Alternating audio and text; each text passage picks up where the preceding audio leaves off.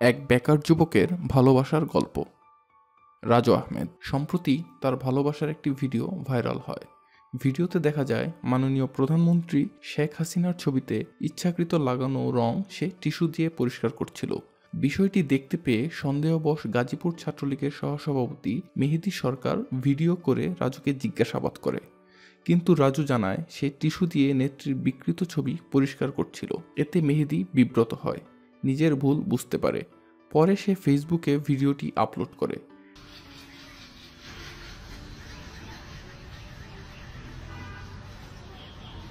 Hello, excuse me ভাইয়া, আপনি এটা কি করতেছেন?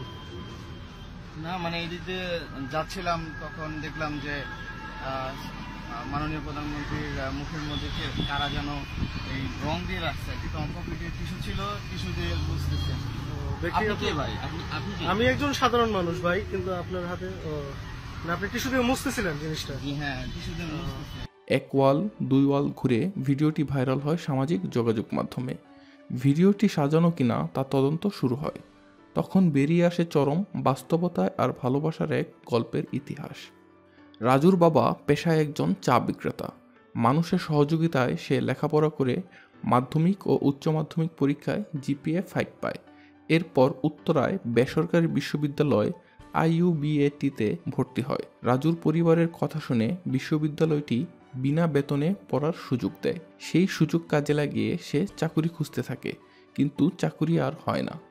গত মাসে আয়কর মেলা উপলক্ষে গাজীপুরে বঙ্গতাজ অডিটোরিয়ামের সামনে প্লেকার্ড ও ফেস্টুন লাগানো হয়, যেখানে একটি ছবি প্রধানমন্ত্রী শেখ হাসিনার মুখে ইচ্ছাকৃতভাবে লাল রং লাগিয়ে দেওয়া হয়। রাজু সেটি দেখে আপন মনে রং মুছতে থাকে।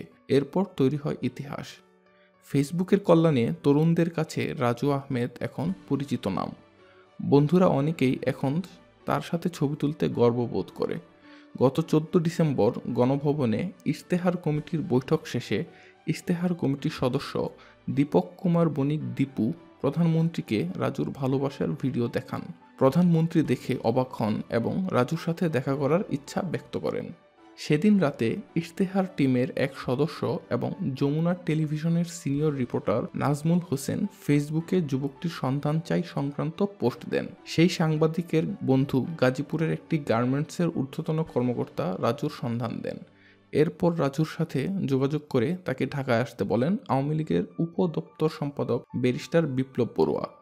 সোমবার রাতে প্রধানমন্ত্রী শেখ হাসিনার সাথে সাক্ষাতের সুযোগ পান রাজু আহমেদ। মাননীয় প্রধানমন্ত্রী সেদিনের ঘটনা শুনে বিস্মিত হন, তার পরিবারের খোঁজ খবর নেন।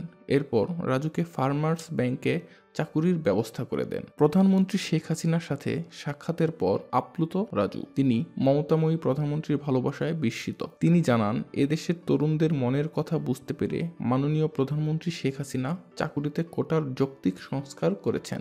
আগামী জাতীয় সংসদ নির্বাচনে তিনি তরুণ প্রজন্মের কাছে বাংলাদেশের পক্ষে নৌকায় ভোট চেয়েছেন।